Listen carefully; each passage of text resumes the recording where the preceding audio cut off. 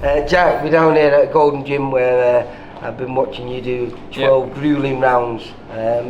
But no fight lined up yet or anything. No. You know, but you've been since the loss to Masood. Yeah. In November. Shabazz Masood. Yeah. I should know that really well. We trained at my old amateur gym for a short period. You've been out of the gym, but you've been staying ready, staying busy. I've been out of the ring, but I've been in the gym ever since the year began. We went to Tenerife as a team back in January.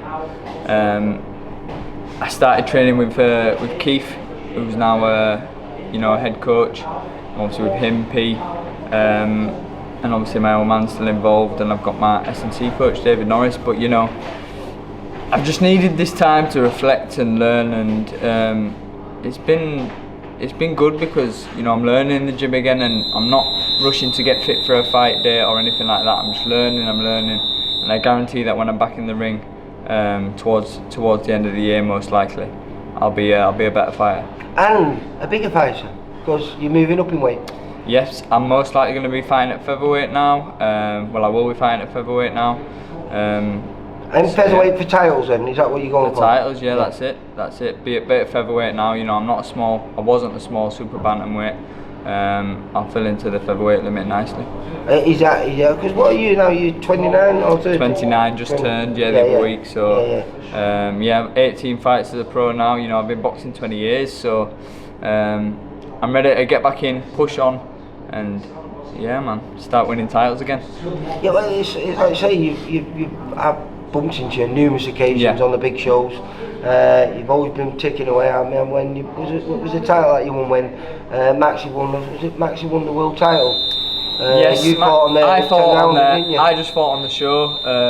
But obviously, I've won the English title in the past, and I was WBA Intercontinental Champion at super bantamweight. So hopefully many more titles to come. When you fought Shabazz, was he a title on the line then? My WBA, and it was a British title eliminator, whereas he hasn't fought for the British since, and obviously it's been a while now, so I'm not sure what is next for him, but for me, I've been learning, and I'm looking forward to getting back in there. When you say learning, you've been doing this 20 years, so yeah. There's not too much more you can learn, but what is it? It's just a little bit of fine tuning. Like you were saying before, you've not always had time, because you're getting ready for a fight, you've not really had time to work on, and I suppose, not just work on things, but if something's not broke, you would never try and fix it, would you? No, of course, exactly that. If it's not broke, don't fix it. And one thing about boxing, you do, it's the game that never stops teaching, and you can never stop learning. And the day you stop learning, like we were saying before, if you stop learning, you should probably pack in. When that first loss to Masood, what was it that you took from that? Was that maybe the weight thing? Was that part of the issue? Or you were saying to me before, he executed his game plan better than you? Yeah, no, I wouldn't say there was no excuse. The better man won on the night, but he got it right. The game plan was perfect for him. For myself, definitely not. But the better man won on the night, and like you say, he got it right on the day. And when it comes to the top level fights, where you're both good fighters, that's all it comes down to. Tiny percentages. Exactly, who gets it right, and he got it right. So from that, what were the major issues that you decided that you needed to work on to just tweak? A lot. So I struggle watching that fight back now, and I watch it and I think I cringe at stuff I'm doing, and I never really noticed it in fights previously because even though I was in some good fights and supposedly hard fights, I was having it most of my own way, and when I was seeing things, I found it hard to watch. But Keith saw it all, a lot. My dad seen it all, a lot of people seen it, and I seen it, and I make sure that next time I get in there, it's not happening. So hopefully we're all in for a treat later on in the year. Yes. Do you think September maybe?